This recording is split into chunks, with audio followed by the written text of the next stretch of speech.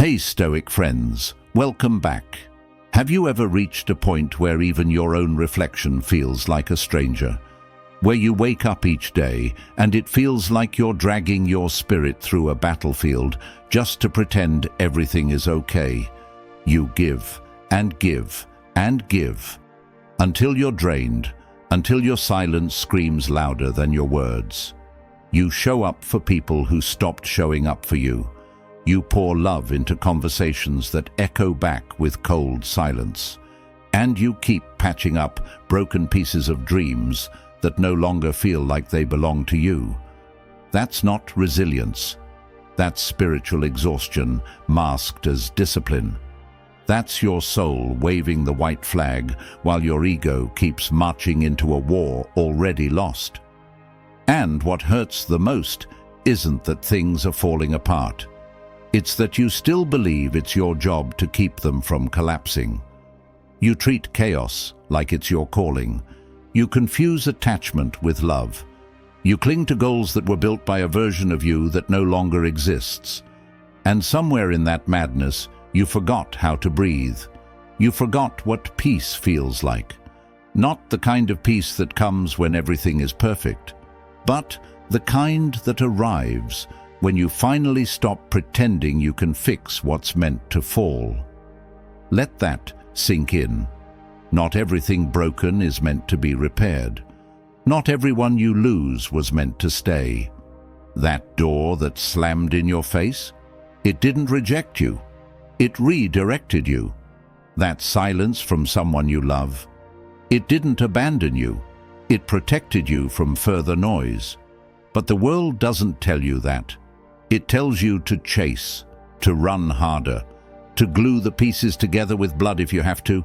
And so you hustle, you suffer, you suffocate under the weight of what you think should be yours, while life stands there with open hands, trying to offer you what you actually need. But you can't see it, because you're too busy holding on to what's already left you. This isn't failure. This is awakening. This is the collapse before the rise, the storm before the clarity, the heartbreak before the rebirth. And if you're reading this with a heart that's been chewed up by life, let me tell you, you are not broken. You are being rebuilt. The universe isn't punishing you. It's pushing you into alignment. And that sting you feel, that ache in your chest when someone leaves, when something ends, when a dream dissolves, that is sacred. That is the divine disarming your illusions so you can finally taste the truth. Stoicism doesn't tell you to stop feeling. It teaches you to stop drowning in what you can't control. Epictetus said, "Don't demand that things happen as you wish, but wish that they happen as they do." That's not surrender. That's power. That's the rage turning into stillness, the chaos folding into grace. That's you letting go of forced timelines, of people who don't see your worth, of paths that no longer fit the soul you're becoming. You don't need to beg for what's meant for you. It won't need chasing. It won't need convincing. It won't drain you. It will anchor you. So if your bones feel heavy, if your chest feels tight from carrying stories that never ended the way you prayed for, then don't just keep watching this video. Feel it. Let it wash over you. Let it hit every scar you've hidden. Because this is not just another set of words. It's a reckoning, a rebirth, a confrontation with the version of you that's been bleeding behind a smile. And if that version of you is finally tired, then let this be the moment you set the burden down. Like, comment, and subscribe. Not because it's routine, but because if this hits something deep inside you, then you already know. You've been resisting life for too long. It's time to stop forcing. It's time to stop chasing. It's time to relearn the flow. Drop this in the comments below. I let go of what forces me to lose myself. Now let's dive in. Number 1. Stop watering dead plants. You've been carrying dead weight disguised as loyalty. You've turned your heart into a graveyard, planting seeds in soil that's already poisoned, hoping that love, or something like it, might rise from the rot. But how many times are you going to beg a ghost to stay? How many more nights will you rehearse your worth in the mirror, just to be met with silence, apathy, and cold indifference from someone who never planned to see you fully? You've forgiven the same betrayal with different excuses. You've stitched yourself back together with trembling hands after being shattered by the same person you once prayed for.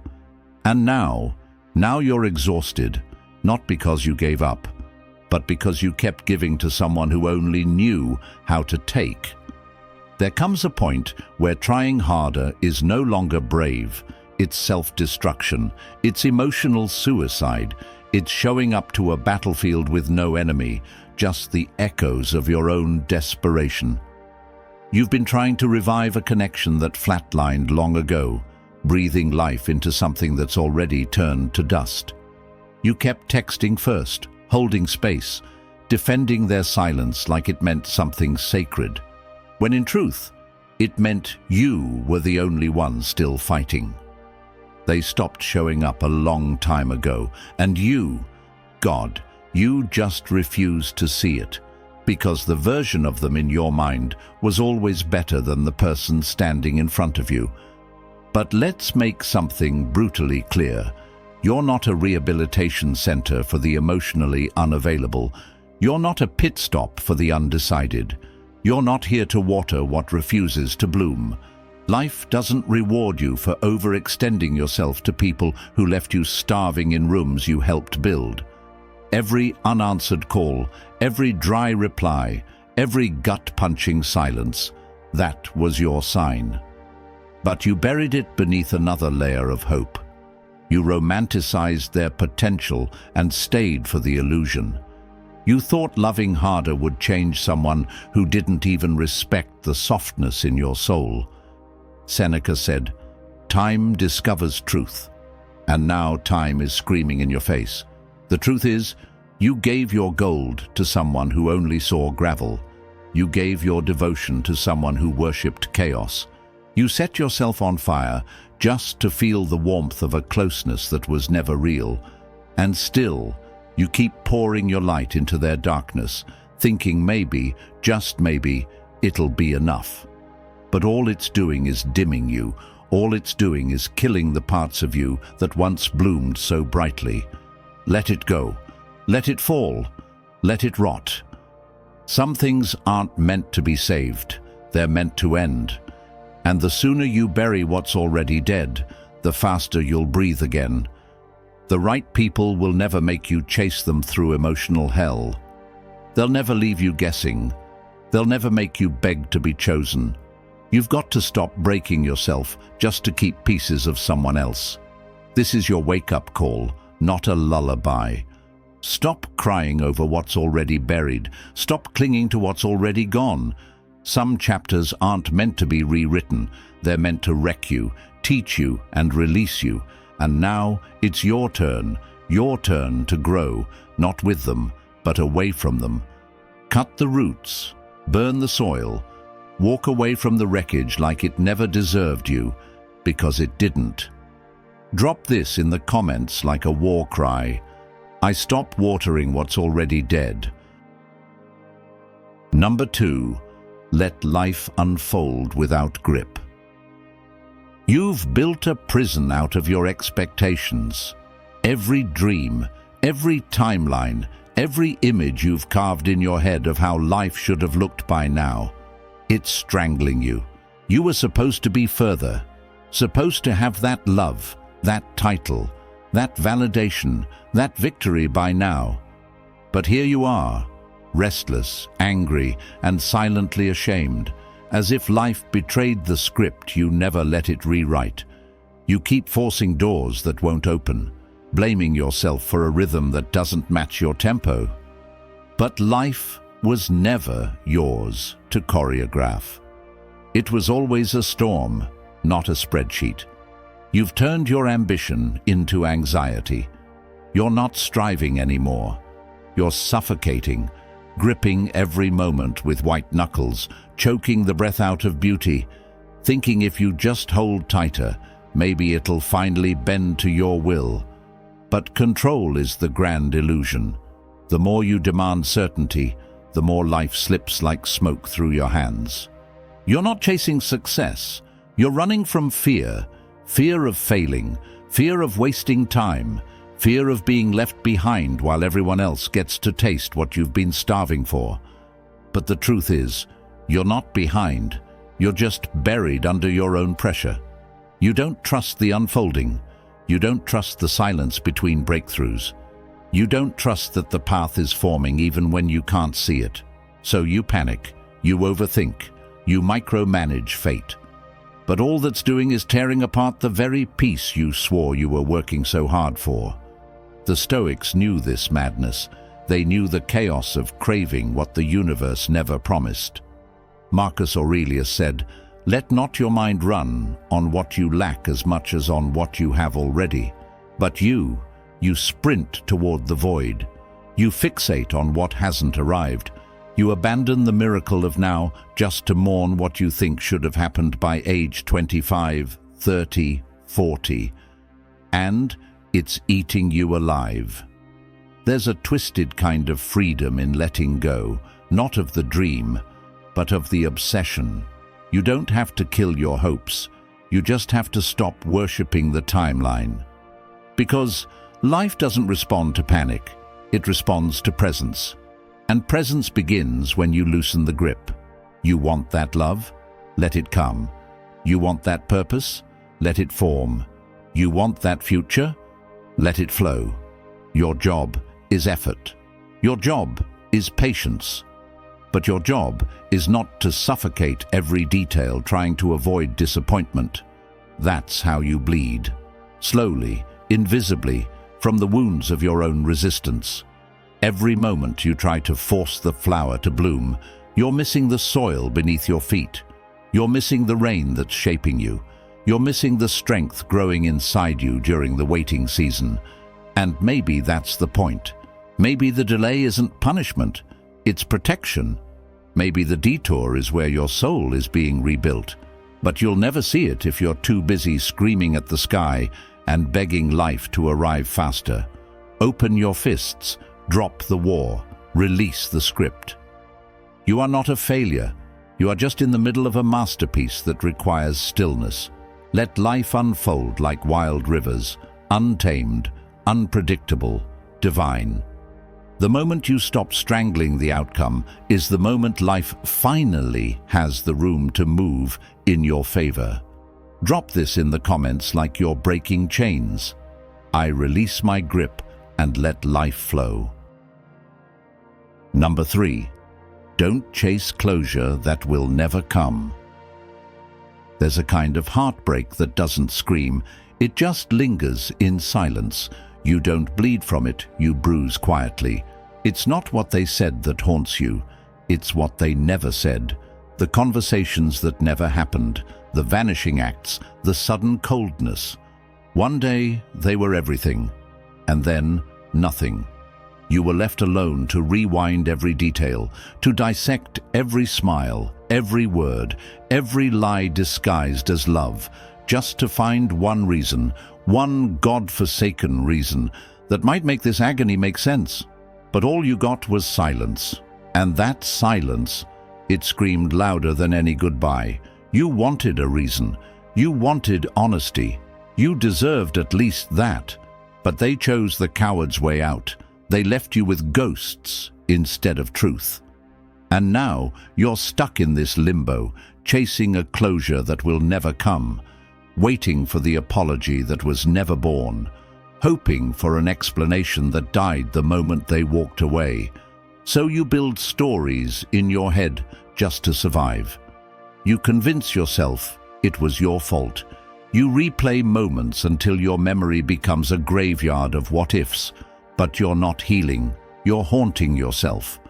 And this is where you drown, in the madness of needing answers from someone who never had the courage to give them. But here's the brutality you've been avoiding. Some people vanish because they're too broken to explain the damage they caused. Some people ghost because facing your hurt means facing who they really are, and they can't bear that mirror. So they run, and they leave you with the burden they were too weak to carry. But you keep chasing it, as if their validation will finally soothe your soul. It won't, because closure isn't something they deliver to your doorstep. It's something you bury with your own 2 hands. The pain you carry isn't just heartbreak, it's betrayal wrapped in confusion. And yet, you're still begging life for meaning. But not everything that broke you came with a moral. Not every ending is poetic. Sometimes the curtain just drops. No applause, no warning, no explanation. And that is where your power begins. Because healing isn't about finding the answers, it's about learning to walk without them. Epictetus once said, "It is not events that disturb people, it is their judgments concerning them." You've turned their silence into a story about your worth, but it never was. Their inability to give you closure is not your deficiency, it's their dysfunction. You don't need to read the last page to know the book is over. You don't need to reopen wounds just to see if they still hurt. You already know, and you've already survived. That ache inside you, it's no longer a wound, it's a scar. And scars are not open doors. They are sealed proof that you endured what was meant to destroy you. So stop trying to fix what abandoned you. Stop texting ghosts. Stop waiting for an apology you should have never had to ask for. The longer you wait for them to validate your pain, the longer you stay imprisoned in it. Close the door. Lock it. Burn the damn house down if you have to. You owe yourself peace more than you owe anyone your pain. And you owe you the kind of love that doesn't beg for answers. The kind that doesn't look back. Drop this in the comments like it's a war cry. I give myself the closure they never gave me. Number 4. Don't try to fit where you were meant to outgrow. There's a moment, quiet, almost surgical, when your soul starts gagging on the life you once called home. Everything looks the same. Same streets, same rooms, same faces that once pulled laughter out of you like magic. But now, it all tastes like dust. You sit there, pretending the walls aren't closing in, nodding to recycled jokes and lifeless rituals, praying no one notices the chaos in your eyes. Because deep down, you know you're choking on your own evolution. You know you're not the same. And still, you sit there, clenching your fire into silence, pretending you can still fit into a coffin you've already outgrown. You try to stretch backwards into old versions, expired friendships, dead habits. You twist your spirit just to keep them comfortable. You wear masks so well, you almost forget your own damn face. But your soul doesn't forget. It screams in dreams. It aches in your chest. It whispers in those quiet moments when you're finally alone. This isn't home anymore. This is a grave with glitter on it. And the more you force it, the more you duct tape your truth to keep the peace, the more you bleed internally. Because you weren't made to shrink. You weren't made to rot quietly in a place you've already outgrown. There's no applause in this part, no comforting soundtrack, just silence, a gut-wrenching detachment. You look around and suddenly feel like an alien in your own life. The people who once understood your every sentence now blink like strangers. Your laughter doesn't match theirs. Your depth starts to terrify them. They call you different, too intense, not the same. But what they're really saying is, you've stopped performing. You've stopped dimming your light for their convenience. You've stopped twisting your identity into a shape they can digest. And that scares the hell out of them. You keep trying to stitch your new soul onto an old story, but the seams rip every time. Why? Because the universe doesn't let you fake alignment. Once your mind expands, it doesn't shrink back. Once your soul tastes truth, it spits out imitation. You can't play small in a life that demands your full roar. You weren't made to whisper. You weren't made to blend in with the wallpaper of mediocrity.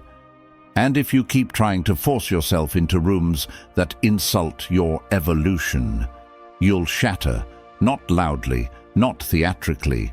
You'll just slowly erode, one fake smile at a time. Marcus Aurelius said, "Look well into thyself. There is a source of strength which will always spring up. That source is savage. That source doesn't beg to be liked. That source is the version of you that breaks the cycle, that walks away without burning bridges. Because you are the bridge, and you've decided to stop letting people cross you with dirty feet. That version of you chooses silence over fake praise, distance over drama, truth over comfort. That's your power. Not loud, not angry, just untouchable. Let yourself erupt. Let the old life rot without your participation. Let the friendships that demand your silence fade into dust. You're not crazy. You're not difficult. You're not too much. You're just finally waking up. You're finally outgrowing the narrative that kept you asleep. And yes, it'll cost you. You'll lose people. You'll walk alone. But what you gain you. Raw, unfiltered, undiluted. You stop bending. You start becoming. Because the ones who truly belong in your next chapter, they won't be frightened by your fire. They'll carry wood. Number 5. Let rejection redirect you, not define you. You wanted it with a hunger that burned your veins, the job that promised meaning, the person who made your blood race, the opportunity you believed was your golden ticket out of darkness. You saw yourself standing at the summit, ready to claim your throne. But instead you were slammed with a rejection so cold, so ruthless, it punched through your chest like a fist made of ice and shattered everything you thought you were. Not just a no, a knife twisted slow, merciless, branding you with a scar that screams, "You're not enough." And suddenly, the world feels like a cage, every breath heavy with the poison of failure, every glance a reminder that you are less than, unseen, discarded. Rejection doesn't just sting, it invades you. It seeps into your bones, whispers lies in your ear like a venomous serpent. You're unworthy, you're broken, you're invisible. The worst part is the silence after, the crushing, deafening void where your dreams used to scream loud and proud. And in that silence, the cruelest betrayal unfolds. You start believing the lie. You start swallowing the bitterness, folding your fierce spirit into something small and ashamed, shackled by other people's verdicts. Your soul becomes a ghost, haunted by the echo of their dismissals. But here's the brutal truth rejection never wants you to know. It's not the end. It's a goddamn rebirth. Rejection is the universe flipping the script, ripping the stage out from under you, not to punish you, but to force you to rise higher than you ever imagined. The job you lost? It was a cage dressed as an opportunity, a noose disguised in a suit. The love that walked away? It was a wildfire that couldn't hold the storm inside you. The door slammed in your face? It was a rocket launcher clearing the path for your soul to blast off into something untamed, something legendary. Seneca said, "It is not because things are difficult that we do not dare. It is because we do not dare that they are difficult." Rejection dares you in the most savage way.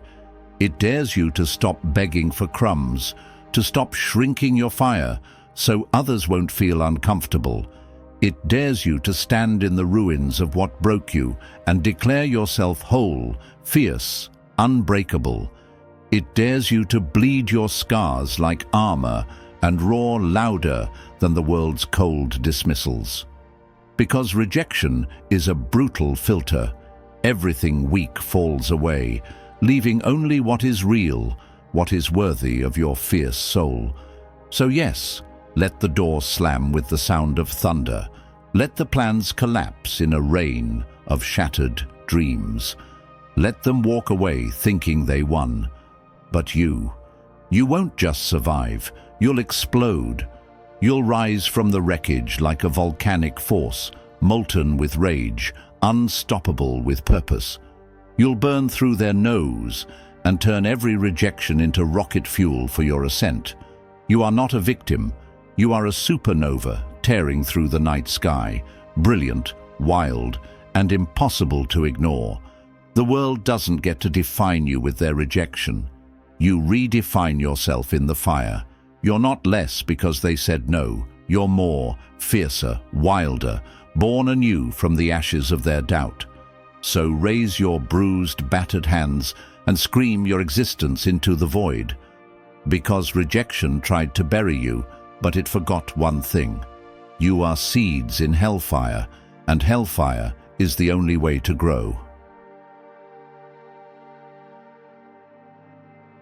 You've been carrying a mountain on your back, weight so crushing you barely remember what it feels like to breathe easy, holding on to timelines drawn in sand, people who disappeared like ghosts, dreams that never fought to stay, and closures that were illusions from the start.